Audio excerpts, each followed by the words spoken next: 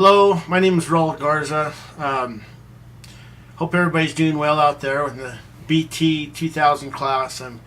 I'm giving a review or a report on my world survey here in Colorado.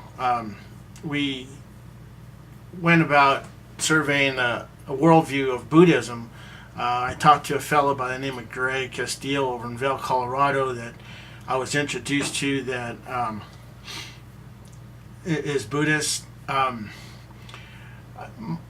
I came into this conversation with Greg, I came in with the mindset of trying to get into what I was trying to find a conclusion to their belief system.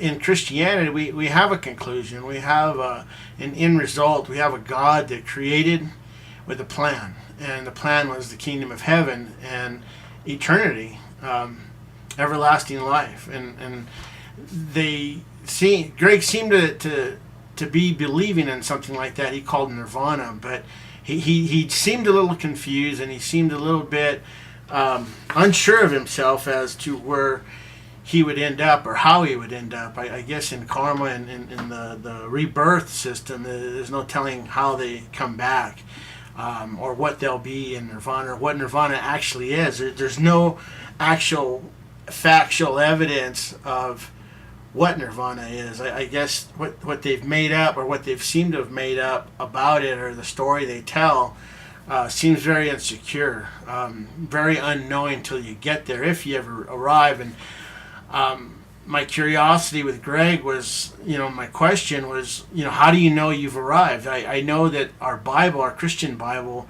tells us about the kingdom of heaven. It tells us the story of being a co-heir in the kingdom and being a citizen. And they don't believe in Jesus Christ as far as being God. They don't really have a God, it seems. They've got a multitude of gods or beliefs or people, what I called heroes, I guess, that they look to as God, and they pray to, or they feed, and they do these things. But as far as knowing what we're doing and who created and where we end up and how we end up, I've said before that I believe a worldview is a lot like an essay with a thesis and a pro and a con, or a body, and it tells a story and it has a conclusion to what the end result is in our belief system. And Greg talked about their rules and what they do and how they live, and he talked about their move, or their move to eliminate suffering.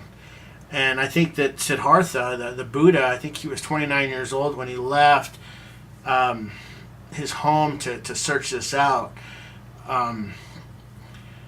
Greg, they do the same thing in their meditation. They're trying to alleviate their thought because of suffering, and chanting the alms and doing whatever they do to alleviate their thought process seems to bring them peace, as far as what he's telling me.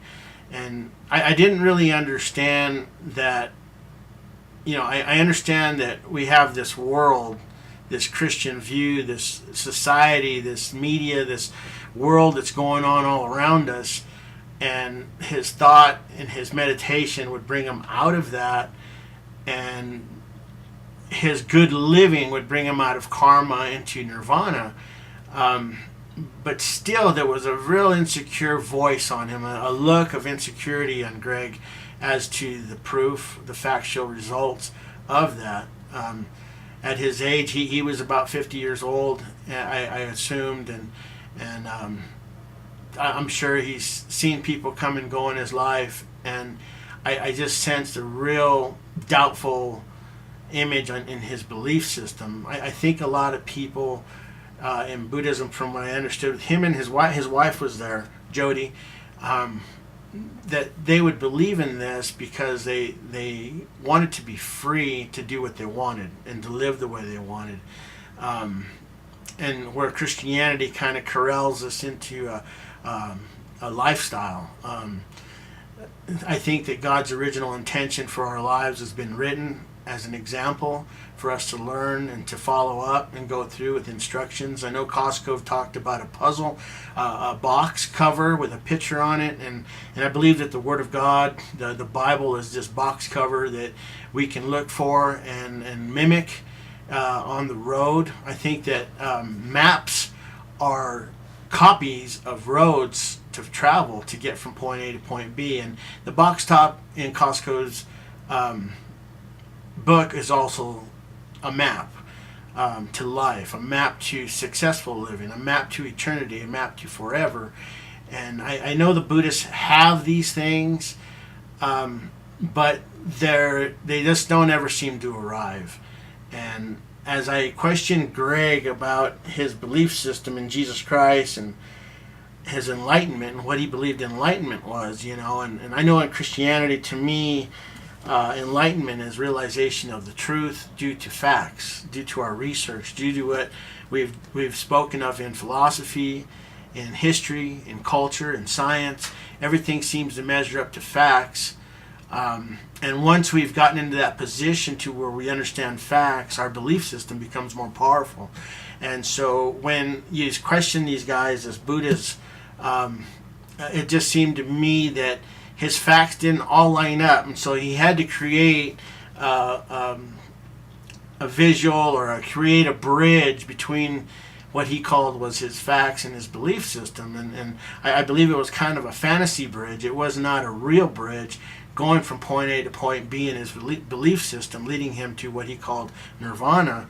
And I know that in history, in culture, in study, in science, as a Christian, that our facts seem to bridge well and solid. They're built well. They're built well by the Creator we call God, the Father of Abraham, Isaac, and Jacob.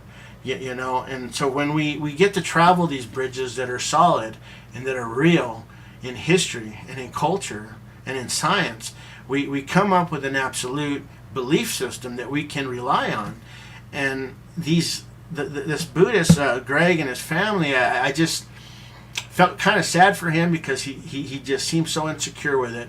And I hope to talk to him some more and explain a little bit more what I've learned. And I guess that's why I'm doing this in this class, is to learn as much as I can so that I could share with people what I've learned and what has come to be fact to me, what has come to be my worldview through facts, through realizations, through first principles, through absolutes, And so when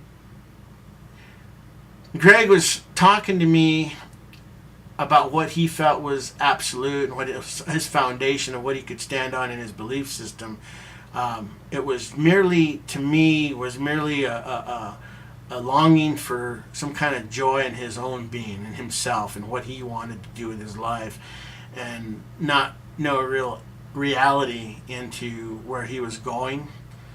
But it was an avenue for him to have what his heart desired. And I don't understand that belief system because I know Siddhartha, reading about Buddha, the first Buddha, that all that he suffered, trying to get rid of suffering, trying to alleviate suffering, and how much he didn't do what he longed to do in order to have what he called his enlightenment. And if enlightenment means that you would become part of the cosmos and really not have a realization of heaven or a place or an absolute place of where we end up in the second life, I just I can't agree with that worldview. Greg was a great guy, but I hate to say it this way, but I think he was a little bit kind of liberalist, kind of a 60s type of hippie fella that believed in free love and unconditional love and things like this, that he wanted to have, as many people in our society today long for this freedom to just do what they want. And I don't believe that God created our world this way. I believe that a deer has no choice but to be a deer, and a bird has no choice but to be a bird, and fish have no choice but to be a fish because God created them that way.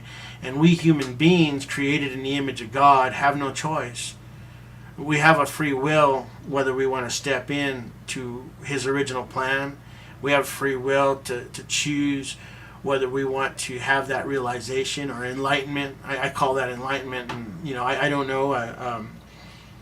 I feel that in my salvation, when I developed my relationship with the Lord, that it didn't just happen, that He showed me who I was. As Jesus, I believe that Jesus didn't just come to die on the cross, as He probably would have done it right away, but He spent years teaching 12 men and giving 12 men their identity in God, who they were, their capabilities, what they could do, what they couldn't do. He came down and He taught. He was a rabbi, He was a teacher, and He taught God's plan for human beings. He taught us to be who we are, as children, as humans, as people made in God's image. I believe that in the fall we lost our realization of who we are and our identity in Christ, and that's why we have people like Buddhists grabbing a hold of things, believing in things that have no conclusion, that have no absolute ending, that have no solid foundation of who they are, where they're going to be. That's, nirvana, I guess, would be that, a place of not knowing who you are. Who are you? Are you a drop of water? Are you a bird? Are you part of a molecule or something? They have no idea of who they are, no identity. So in this, I want to tell you thank you. I believe my interview went well. I don't think it's over. I think I'll be talking to Greg and his wife a lot more. I think he talked about coming to visit me here in about a week or so. So God bless all of you. God bless Greg and his family and their hearts, Lord. And I just pray for all of you that you do well in this class. And thank you. And have a great day. And bye-bye.